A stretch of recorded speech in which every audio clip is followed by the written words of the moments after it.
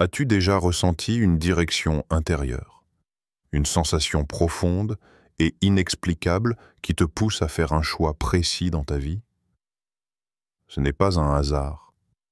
Si tu as vécu cela, tu as peut-être expérimenté la guidance du Saint-Esprit. Jésus a promis de nous envoyer le Saint-Esprit pour qu'il soit notre consolateur et guide spirituel.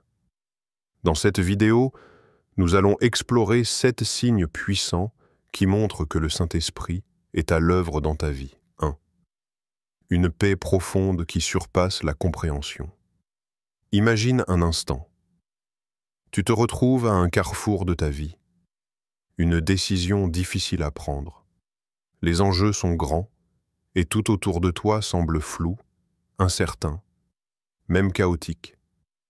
Les voix dans ta tête, les conseils des autres, les pressions sociales, tout cela s'entrelace et crée une confusion qui te laisse dans l'incapacité de savoir dans quelle direction aller.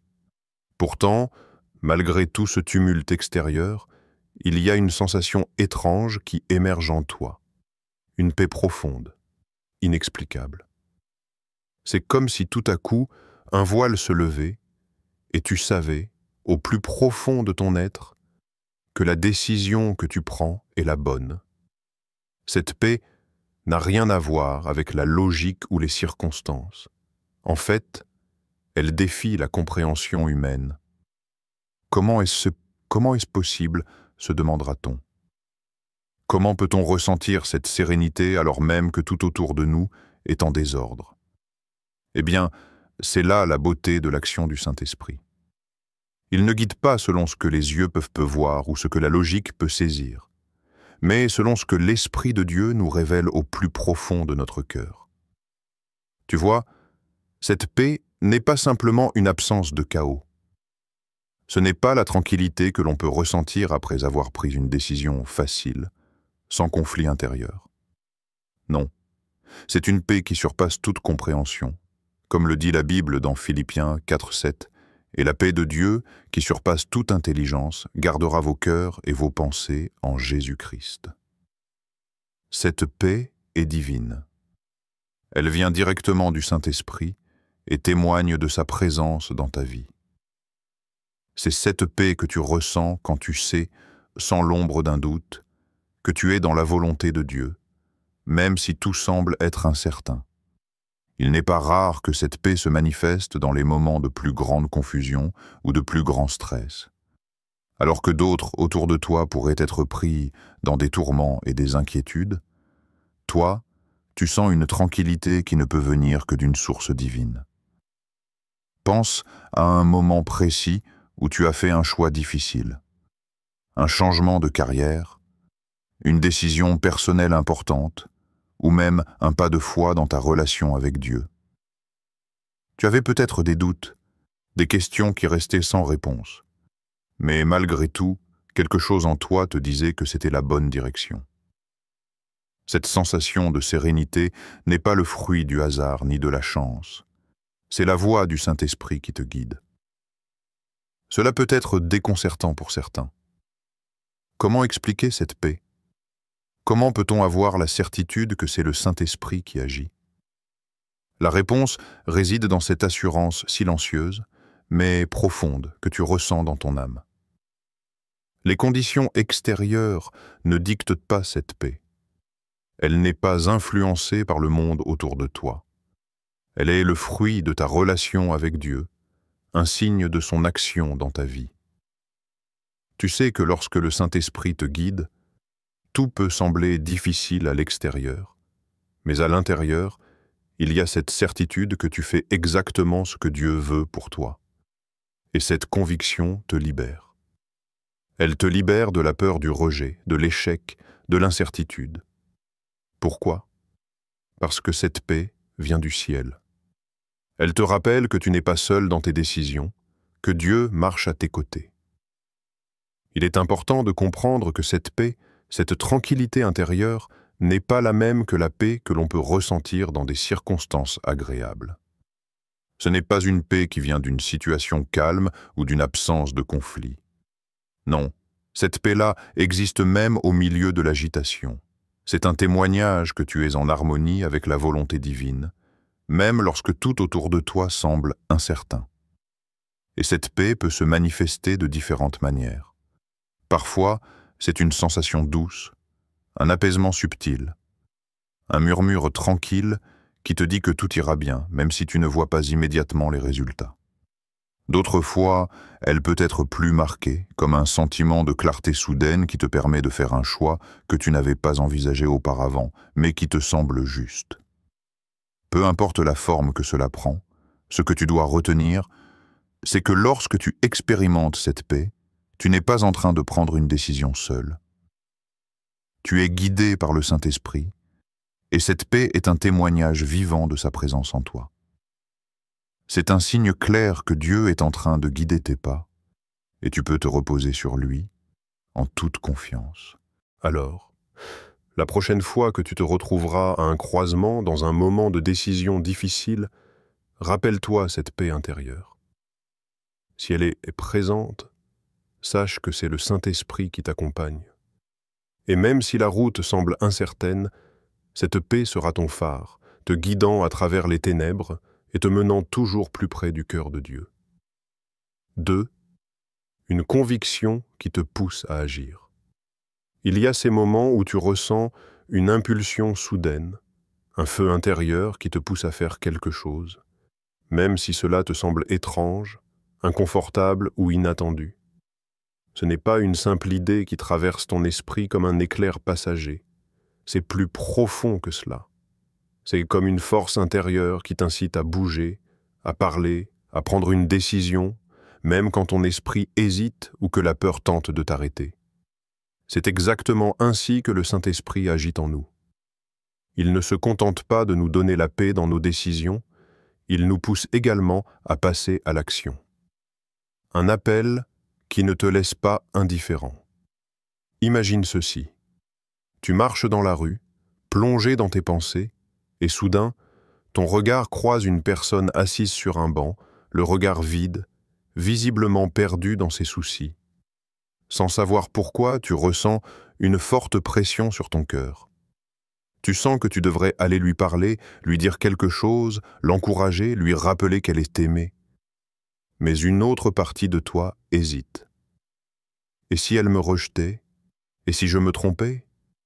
Et si ce n'était qu'une idée qui me traversait l'esprit? Mais la conviction reste là. Plus tu résistes, plus elle devient forte. Tu ressens une urgence douce mais puissante qui te pousse à dépasser tes doutes. Et quand enfin tu décides d'obéir, tu réalises que cette personne avait justement besoin d'entendre ces paroles, à cet instant précis. Tu vois l'impact que cela a sur elle, et quelque chose en toi comprend. Ce n'était pas un simple élan personnel, c'était le Saint-Esprit qui te guidait, l'audace de l'esprit, quand la peur se transforme en courage. Nous avons tous vécu des moments où nous nous sommes sentis trop faibles, trop petits, trop inadéquats pour accomplir quelque chose. Mais lorsque le Saint-Esprit agit en nous, il ne se soucie pas de nos limitations humaines. Il nous équipe, nous remplit d'une force qui dépasse notre propre capacité naturelle. Regarde l'histoire des apôtres. Avant la Pentecôte, ils étaient craintifs, hésitants, parfois même cachés par peur des persécutions. Mais une fois remplis du Saint-Esprit, ils ont prêché avec puissance, guéri des malades, et proclamé l'Évangile avec une assurance inébranlable. Ce qui avait changé, ce n'était pas leur intelligence, ni leur talent naturel, mais cette conviction intérieure, cette puissance qui venait du Saint-Esprit et qui les poussait à agir sans crainte. Peut-être que toi aussi, Dieu t'a déjà poussé à faire un pas de foi. Peut-être as-tu ressenti un appel à aider quelqu'un, à pardonner une personne, à entreprendre un projet qui semblait trop grand pour toi. Peut-être que tu as même essayé d'ignorer cet appel, en espérant qu'il disparaîtrait. Mais non, cette conviction persiste, parce que ce n'est pas une simple pensée humaine, c'est une direction divine. Un signal clair. Quand le Saint-Esprit te montre le chemin. Comment reconnaître que cette impulsion vient du Saint-Esprit et non de nos propres émotions passagères? Elle est persistante. Contrairement à une simple idée passagère, cette conviction ne disparaît pas après quelques minutes. Elle reste là, te rappelant encore et encore ce que tu dois faire. Elle te pousse à faire le bien. Le Saint-Esprit ne nous guide jamais vers l'égoïsme ou l'orgueil. Son appel est toujours aligné avec l'amour, l'encouragement, la vérité et l'obéissance à Dieu. Elle dépasse ta logique humaine. Parfois, ce que le Saint-Esprit nous demande de faire semble illogique, voire insensé d'un point de vue humain. Pourtant, quand nous obéissons, nous réalisons que c'était exactement ce qu'il fallait faire. Elle vient avec une force intérieure. Même si tu ressens de l'hésitation au début, une fois que tu prends la décision d'obéir, tu ressens une paix et une force inhabituelle pour accomplir ce que Dieu te demande. Dieu ne cherche pas les plus forts. Il rend forts ceux qui obéissent. Dieu ne cherche pas des personnes parfaites ou qualifiées. Il cherche simplement des cœurs disponibles, des âmes prêtes à répondre « oui » à son appel. Lorsque le Saint-Esprit te pousse à agir, ce n'est pas parce que tu as toutes les capacités en toi, c'est parce qu'il veut te les donner au moment où tu en auras besoin. Et c'est ainsi qu'il transforme notre peur en audace. Ce que tu crois être une faiblesse aujourd'hui peut devenir une force entre les mains de Dieu. Alors, la prochaine fois que tu ressens cet élan intérieur, cette conviction profonde qui te dit d'agir, que ce soit pour encourager quelqu'un, servir, parler, aider, pardonner, ne l'ignore pas, parce que c'est peut-être à travers toi que Dieu veut agir dans la vie de quelqu'un aujourd'hui. 3. Des portes qui s'ouvrent au moment juste. Tu as sûrement vécu des moments où tout semblait se mettre en place tout seul, presque comme par magie. Des événements, des rencontres, des situations qui se sont déroulées sans effort, comme si elles étaient prédestinées à se passer exactement ainsi. Au départ, tu n'as pas pu expliquer ce phénomène. C'était presque comme si le monde conspirait en ta faveur. Pourtant, en regardant de plus près, tu as réalisé que ce n'était pas le fruit du hasard, mais la main invisible de Dieu qui agissait à travers le Saint-Esprit, ouvrant des portes au moment précis où tu en avais besoin. C'est ce qu'on appelle la guidance divine. C'est ce moment où tu marches dans la volonté de Dieu et, sans même avoir à forcer quoi que ce soit, tout semble s'aligner parfaitement. Mais pourquoi cela arrive-t-il? Pourquoi ces moments de synchronicité divine se produisent-ils dans notre vie? C'est parce que le Saint-Esprit prépare le chemin pour ceux qui lui obéissent. Quand tu suis sa volonté, il orchestre des événements, crée des opportunités et te conduit vers des bénédictions que tu n'aurais jamais pu imaginer. L'évidence de la volonté divine. Tu sais, parfois nous nous trouvons à douter de nos décisions. Nous avons l'impression de marcher à l'aveugle, de prendre des risques sans savoir où cela va nous mener. Mais quand le Saint-Esprit est à l'œuvre, tout devient évidence. Des portes s'ouvrent quand tu t'y attends le moins, mais elles s'ouvrent toujours au moment où tu en as le plus besoin. Peut-être que tu cherches une nouvelle opportunité professionnelle, et alors que tu n'y pensais même plus, une personne te contacte pour te proposer un projet ou une offre de travail qui semble survenir de nulle part. Ou bien, tu traverses une période de crise personnelle et une rencontre avec quelqu'un, une conversation anodine, devient tout à coup une réponse à tes prières. Ces coïncidences ne sont pas des hasards. Ce sont des moments où le Saint-Esprit travaille dans les coulisses de ta vie, en dirigeant les événements vers un but spécifique. Et si tu es attentif, tu commenceras à voir cette main invisible de Dieu en action. La clé ici est la reconnaissance. Lorsque tu marches en accord avec la volonté de Dieu, les choses ne se font pas par ta propre force, mais par sa grâce. L'ouverture divine, même dans l'incertitude. Un autre aspect de ces portes qui s'ouvrent est qu'elles ne suivent pas toujours un chemin évident. Parfois, Tu te retrouves dans une situation où tu ne sais même pas où tu vas, mais tu sens qu'un chemin est en train de se dessiner sous tes pas. Tu n'as pas de plan précis, mais chaque étape semble t'amener dans une direction plus claire.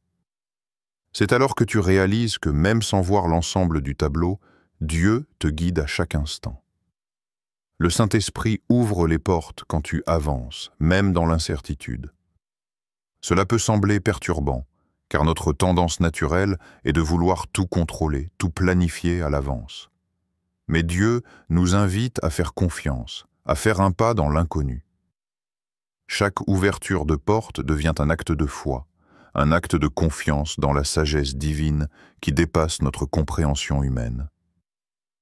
Alors même que tu marches sans voir toute la route, tu sais qu'il a préparé quelque chose de spécial pour toi. Et c'est cette certitude qui te pousse à avancer, les portes inattendues, les opportunités divines. Il arrive parfois que les portes qui s'ouvrent ne soient pas celles que tu avais imaginées. Tu avais une idée précise de ce que tu voulais, de ce que tu attendais. Mais, soudain, une nouvelle porte s'ouvre, totalement différente de celle que tu avais envisagée. Cela peut être une opportunité de carrière que tu n'avais même pas envisagée, une nouvelle direction dans ta vie personnelle, ou un service que tu n'avais jamais considéré. Et pourtant, en voyant cette porte, tu sens une paix intérieure, comme une confirmation que c'est la voie à suivre. Ces portes inattendues sont souvent les plus grandes bénédictions, car elles sont le résultat direct de la guidance du Saint-Esprit. Il sait ce qui est mieux pour toi, même quand tu n'en as aucune idée. Parfois, nous avons tendance à nous focaliser uniquement sur nos propres projets, nos propres rêves. Mais le Saint-Esprit nous montre que parfois, les plus grandes opportunités viennent de là où on s'y attend le moins. Et ces opportunités ne viennent pas avec la pression de devoir tout contrôler. Elles s'ouvrent simplement, comme une confirmation de ce que Dieu veut faire dans ta vie. L'obéissance à la voie divine, quand tu marches selon la volonté de Dieu, il ouvre les portes qui te permettront d'accomplir ce qu'il a prévu pour toi. Il ne te demande pas de tout savoir, mais simplement de faire confiance et d'agir avec foi. Parfois, ces portes viennent avec des défis. Elles ne sont pas toujours faciles à franchir, mais elles sont toujours là pour te faire avancer, pour te mener plus près de ce que Dieu a prévu pour ta vie. Ce n'est pas à toi de forcer ces portes. Parfois, tout ce que tu as à faire, c'est de rester fidèle, de continuer à avancer et de laisser Dieu se charger du reste. Quand tu fais ta part, Dieu fait la sienne. Il ouvre les portes quand le moment est venu.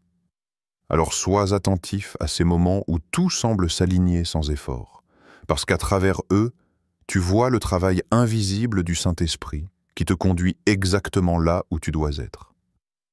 Si tu es dans une période d'attente, si tu ne vois pas encore la porte s'ouvrir, ne perds pas courage. Dieu connaît le bon moment. Il sait exactement quand ouvrir la porte qu'il a préparée pour toi. Fais confiance à son timing parfait. Et lorsque cette porte s'ouvrira, tu sauras que c'était lui, tout au long du chemin, qui guidait chacun de tes pas. 4.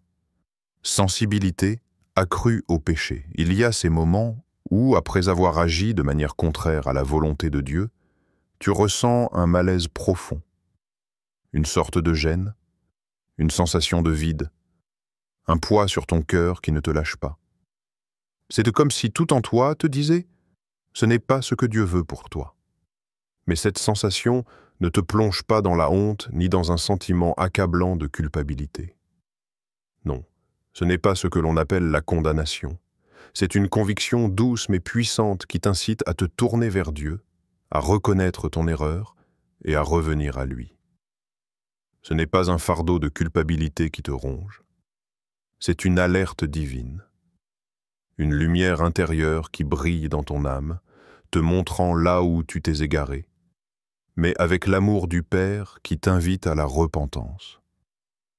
Cette sensibilité accrue au péché n'est pas une simple prise de conscience humaine, mais une intervention directe du Saint-Esprit en toi.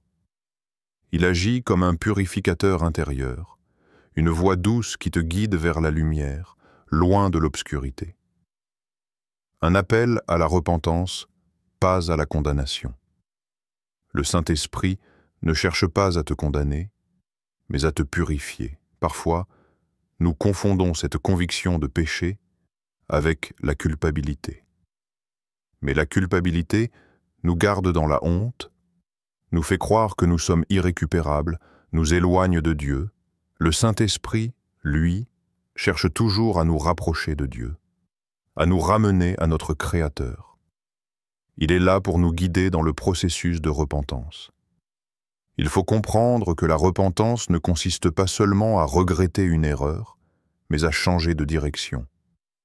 C'est un retournement de cœur, une décision de revenir à Dieu, de renouveler notre relation avec lui. C'est un acte de foi et de confiance. Quand le Saint-Esprit te montre que tu as fait une erreur, il t'invite à prendre un chemin de réconciliation avec Dieu, à faire un pas vers sa grâce. Cela peut être difficile. Nous aimons parfois nous accrocher à nos erreurs, nos fautes, et même nos péchés. Mais la présence du Saint-Esprit dans nos vies rend ce processus de purification plus doux, plus profond. Il nous aide à laisser aller ce qui nous entrave, à abandonner les chaînes du péché qui nous maintiennent captifs. Et alors, au lieu de culpabiliser et de nous juger, nous sommes invités à nous relever, à avancer et à recevoir la grâce qui nous est offerte. Une transformation du cœur, l'œuvre du Saint-Esprit. Quand tu expérimentes cette sensibilité accrue au péché, ce n'est pas simplement pour que tu t'en veilles, mais pour qu'un changement profond se produise en toi. Le Saint-Esprit agit comme un feu purificateur dans ton cœur. Il nous aide à discerner ce qui est bon et ce qui ne l'est pas. Et il ne cesse de travailler en nous pour transformer notre caractère, pour nous rendre plus semblables à Christ. Lorsque tu fais face à tes péchés, tu sens cette tristesse. Mais au lieu de t'abandonner dans le désespoir, cette tristesse se transforme en un désir ardent de te purifier, de te libérer de ce qui te sépare de Dieu. Le Saint-Esprit crée en toi une sensibilité accrue à la sainteté de Dieu. Cette sensibilité fait que tu ne peux plus te réjouir dans le péché comme auparavant. Elle te fait voir les choses du point de vue divin, te rappelant constamment que Dieu est pur et que tu es appelé à marcher dans sa lumière. Peut-être as-tu déjà expérimenté cette lutte intérieure. Un moment où, après avoir fait quelque chose, tu te dis « Pourquoi ai-je agi ainsi ?» Ce n'est pas un simple regret. Ce n'est pas juste un sentiment de frustration, c'est l'esprit qui t'éveille, qui te fait sentir ce que tu as fait et qui te pousse à changer, à revenir à Dieu. Cette conviction est un moteur de transformation, un processus continu de sanctification. Un cœur qui se purifie, jour après jour. L'important dans ce processus est de ne pas résister à l'appel du Saint-Esprit. Quand tu sens cette conviction, même si elle est inconfortable, ne la fuis pas. Il se pourrait que, dans ces moments-là, Dieu te révèle quelque chose de profondément personnel sur toi-même, sur ce qui doit changer dans ton cœur. C'est un acte d'amour de la part de Dieu. Il te purifie pour te rendre plus libre, plus proche de lui. Les péchés ne doivent pas définir qui tu es. Au contraire, le Saint-Esprit te guide vers un endroit où, à chaque étape, tu peux devenir de plus en plus comme Christ. Chaque petite victoire sur le péché, chaque décision de revenir à Dieu, chaque moment de repentance te rapproche de la personne que Dieu désire que tu sois. Il est essentiel de comprendre que la sensibilité au péché ne doit jamais te mener à l'auto-accusation ou au découragement. Cette conscience accrue du péché est en réalité un cadeau divin. C'est la preuve que Dieu œuvre en toi, qu'il transforme ton cœur pour qu'il soit pur, prêt à recevoir toute sa grâce. Tu n'es pas seul dans ce processus. Le Saint-Esprit est là pour t'aider à grandir, à te purifier et à te rendre plus fort, à chaque étape. Chaque fois que tu fais face à tes péchés, et que tu choisis de revenir à Dieu, tu participes activement à l'œuvre de sanctification qu'il accomplit en toi. La présence du Saint-Esprit te garde sur ce chemin, te poussant toujours à avancer, à te relever et à marcher dans la lumière de Dieu. 5. Une soif spirituelle intense. Il y a des moments dans la vie où tu te retrouves à chercher quelque chose de plus, quelque chose qui va au-delà des satisfactions passagères du monde. Peut-être que tu as déjà eu cette sensation, cette faim spirituelle, ce désir intérieur intense de plus, qui ne peut être nourri par les choses matérielles ou superficielles. Même si tu as tout ce que le monde peut offrir, il y a ce vide, ce manque que rien de terrestre ne semble pouvoir remplir. C'est alors que tu réalises que ce n'est pas de l'extérieur que tu as besoin, mais de l'intérieur. C'est là que le Saint-Esprit entre en jeu. Lorsque tu es rempli du Saint-Esprit, ce vide se transforme en soif. Une soif qui ne te permet plus d'être satisfait par les plaisirs temporaires ou les distractions superficielles. Ton âme commence à désirer ce qui est éternel, ce qui nourrit ton esprit de manière durable et véritable. Cette soif n'est pas une simple envie. C'est une aspiration profonde qui ne peut être comblée que par la présence de Dieu, un appétit spirituel qui ne peut être étanché par le monde. Au début, cela peut te sembler étrange. Tu as peut-être passé des années à chercher la satisfaction dans les choses du monde. Le succès, les relations, les possessions matérielles, les loisirs. Mais au fur et à mesure que le Saint-Esprit agit dans ta vie, tu te rends compte que tout cela est insuffisant. Ce que tu désires maintenant, c'est plus de prière, plus de méditation sur la parole de Dieu, plus de moments de connexion profonde avec le Créateur. C'est une faim qui ne cesse de croître. Comme une personne qui a soif d'eau en plein désert, tu te retrouves à chercher constamment cette eau vive que seul Dieu peut offrir. Et ce désir devient de plus en plus puissant. Tu veux passer plus de temps avec lui, non pas par obligation, mais parce que tu sens au fond de toi qu'il est celui qui te comble véritablement. Tu cherches sa présence dans la prière, dans la lecture de la Bible, dans la louange. Et chaque moment passé avec Dieu nourrit ton âme, mais aussi augmente cette soif, ce désir de plus.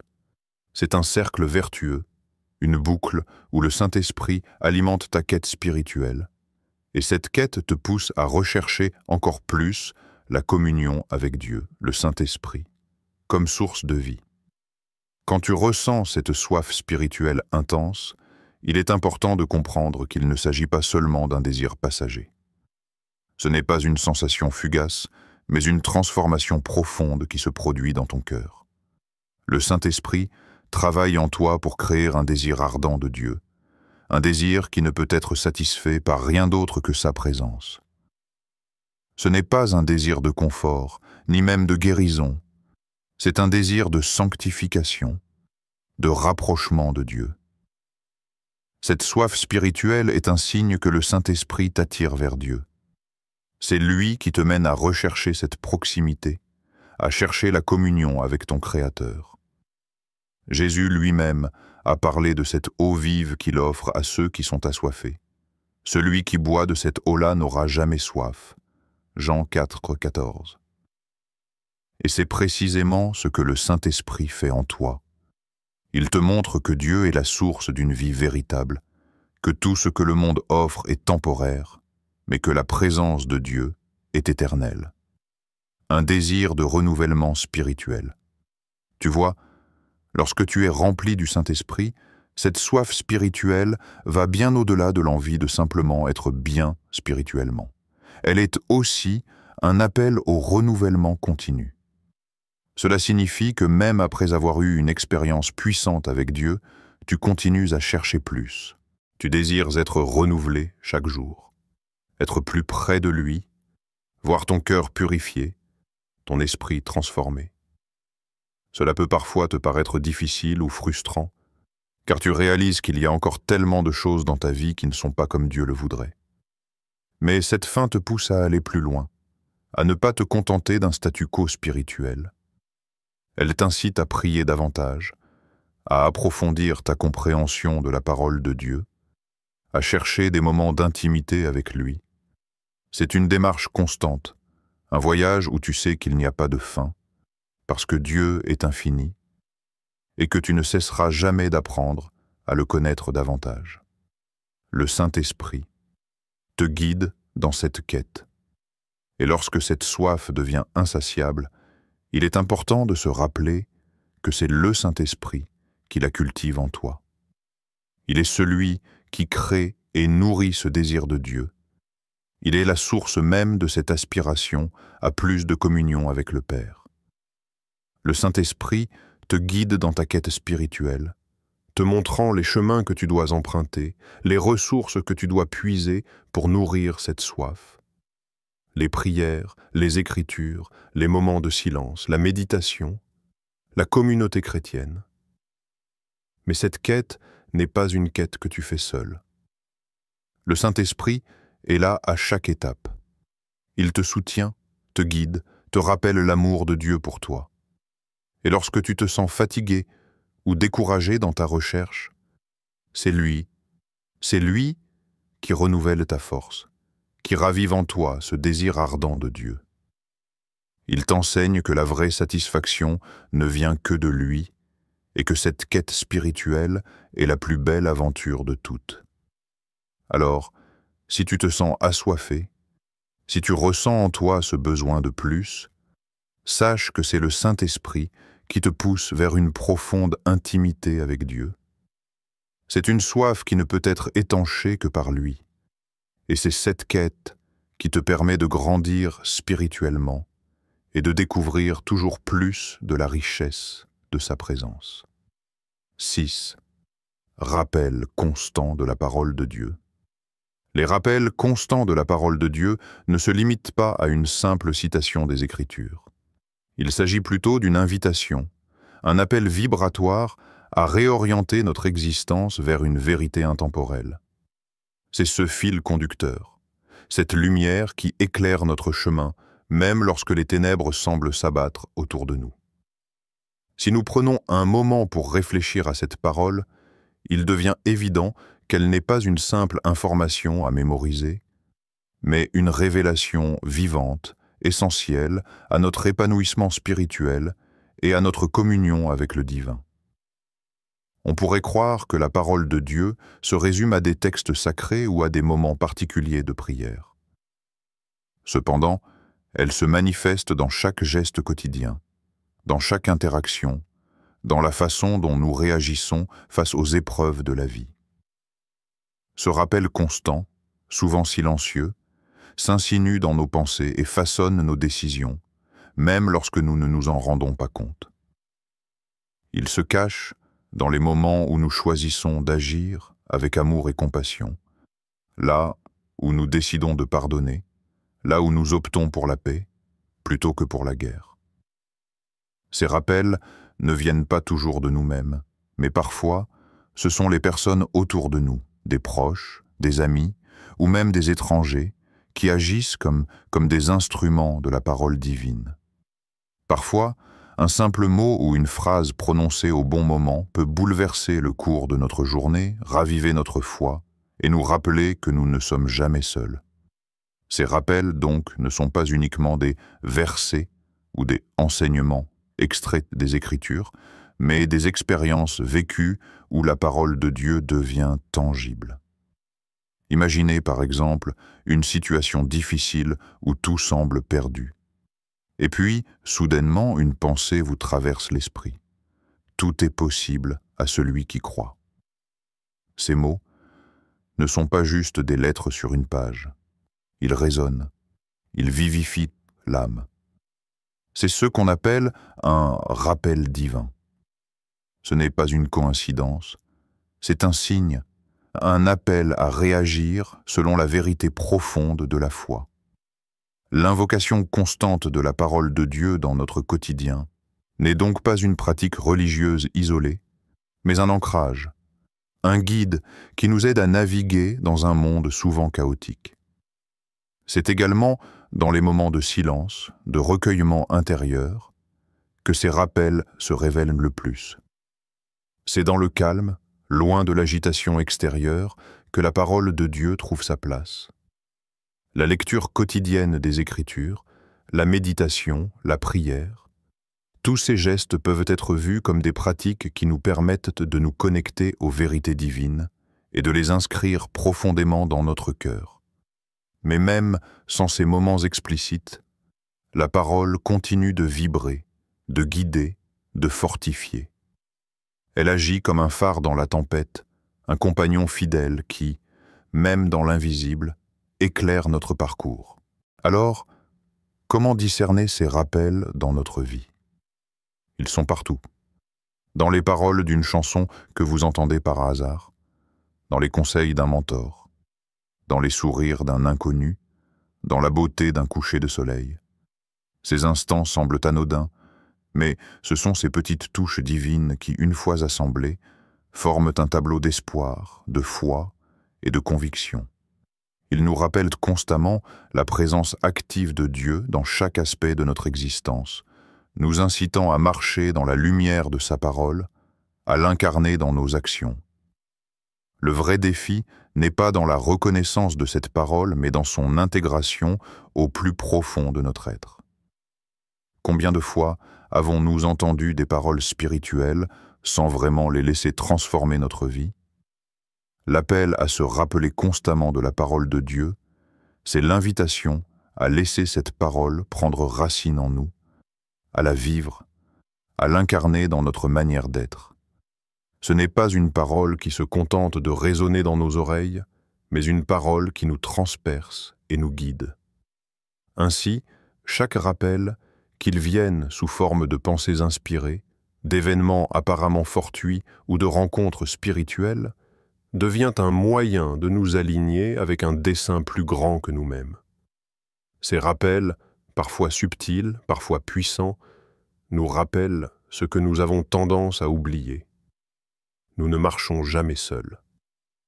La parole de Dieu est là, toujours présente, prête à nous guider si nous choisissons d'écouter. 7. Un amour surnaturel pour les autres. L'amour surnaturel pour les autres n'est pas une simple affection ou un sentiment passager. Il transcende les frontières de l'émotion humaine classique. C'est un amour qui va au-delà des capacités naturelles de l'être humain, un amour qui défie la logique, les attentes sociales et même les expériences personnelles. Cet amour est un reflet direct de la nature divine, une manifestation de la grâce qui se déverse dans nos cœurs et s'étend sans condition vers ceux qui nous entourent, parfois même envers ceux qui nous sont étrangers, voire hostiles. Il existe un amour profond et transformateur qui émerge quand nous laissons la présence divine nous envahir. Un amour qui n'est ni dicté par la réciprocité, ni par les circonstances. Cet amour n'attend rien en retour. Il ne juge pas. Il ne mesure pas. Il est généreux, inébranlable et pur. Dans notre monde où l'égoïsme et l'indifférence semblent souvent dominer, cet amour surnaturel est un signe de la présence de Dieu dans notre vie. Il est une preuve tangible de sa transformation en nous, une véritable force capable de changer les vies et les réalités. Un tel amour ne se limite pas à de belles paroles ou des gestes superficiels. Il est incarné dans chaque acte de compassion, chaque pardon accordé, chaque sacrifice fait pour autrui. Il se manifeste dans la façon dont nous voyons les autres. Au lieu de les juger ou de les rejeter, nous les accueillons dans leur humanité, avec leurs faiblesses et leurs imperfections. Cet amour nous pousse à nous identifier aux autres, à ressentir leur douleur comme la nôtre, et à chercher leur bien-être, indépendamment de ce que nous pourrions recevoir en retour. Ce phénomène ne se produit pas simplement lorsque tout va bien, mais dans les moments difficiles, lorsque nos émotions sont fragiles et nos capacités limitées. C'est justement là que l'amour surnaturel prend toute sa signification. Il surgit souvent dans les situations les plus ardues, là où l'amour humain aurait tendance à se réduire, se faire plus distant, voire disparaître. Dans ces moments, cet amour divin devient un moteur, une énergie nouvelle qui nous pousse à continuer à aimer, à pardonner, à donner, même lorsque tout semble nous décourager. Un exemple frappant de cet amour surnaturel peut être observé dans la vie de ceux qui malgré les torts subis, choisissent de tendre la main à ceux qui les ont blessés. C'est un amour qui ne se base pas sur les mérites des autres, mais sur une obéissance profonde à une vérité spirituelle.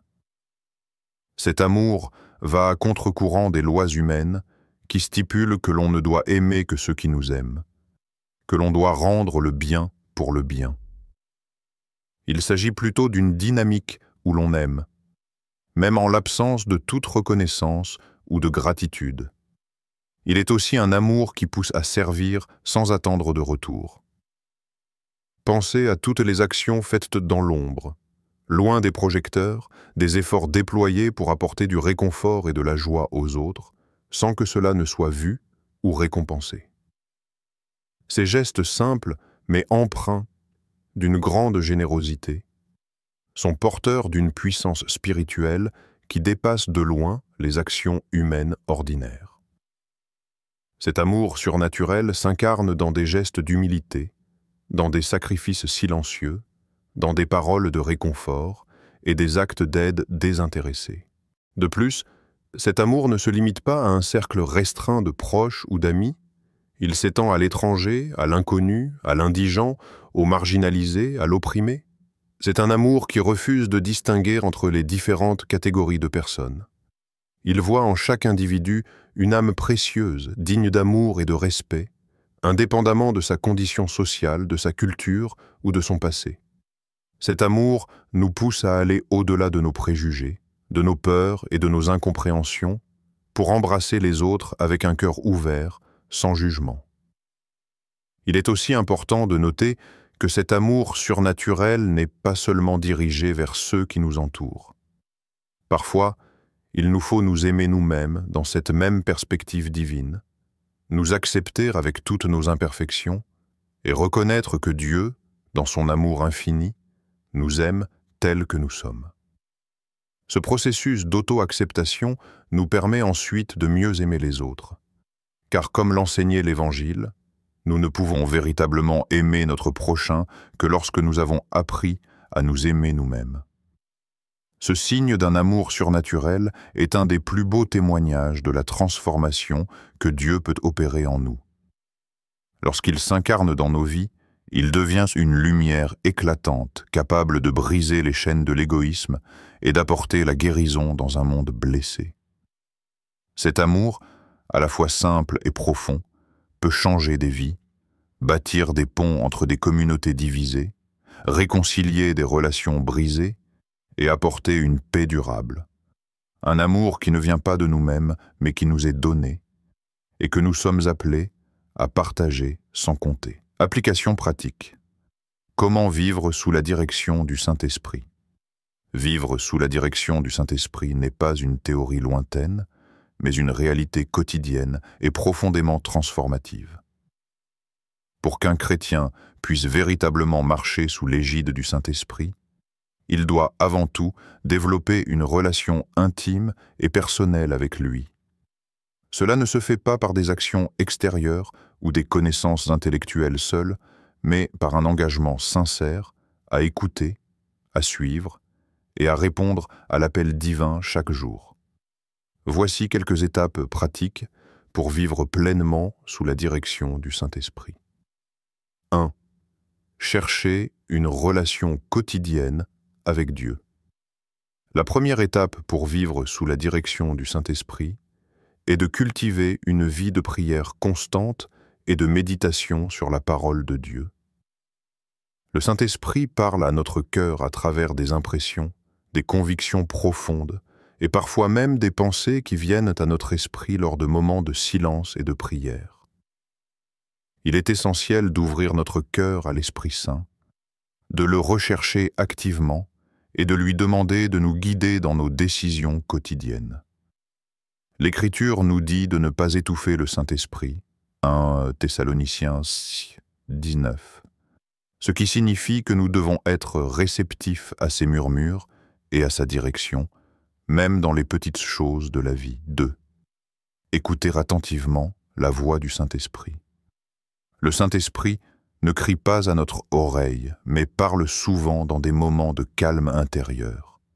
Il nous guide par des pensées, des idées soudaines, des impressions profondes dans notre esprit. La clé, c'est d'apprendre à reconnaître sa voix parmi le bruit du monde. Cela nécessite de passer du temps en solitude avec Dieu, d'éteindre les distractions et de s'ouvrir à la douce direction de l'esprit. Parfois, cette voix nous pousse à faire quelque chose de difficile, comme pardonner, servir, ou prendre une décision difficile, mais elle est toujours guidée par l'amour et la sagesse divine. 3. Obéir aux convictions du Saint-Esprit. L'une des marques évidentes de quelqu'un qui vit sous la direction du Saint-Esprit est l'obéissance. L'Esprit Saint ne nous guide pas seulement vers des décisions spirituelles, mais aussi dans les choix quotidiens de notre vie. Chaque fois que nous ressentons une conviction dans notre cœur, que ce soit pour aider quelqu'un, dire un mot réconfortant ou agir de manière juste, nous devons obéir, même si cela nous coûte. Obéir à l'Esprit, c'est aligner nos actions avec la volonté de Dieu. Quand nous faisons cela, l'Esprit devient plus actif dans notre vie, nous aidant à grandir dans la foi et à devenir des instruments de sa paix.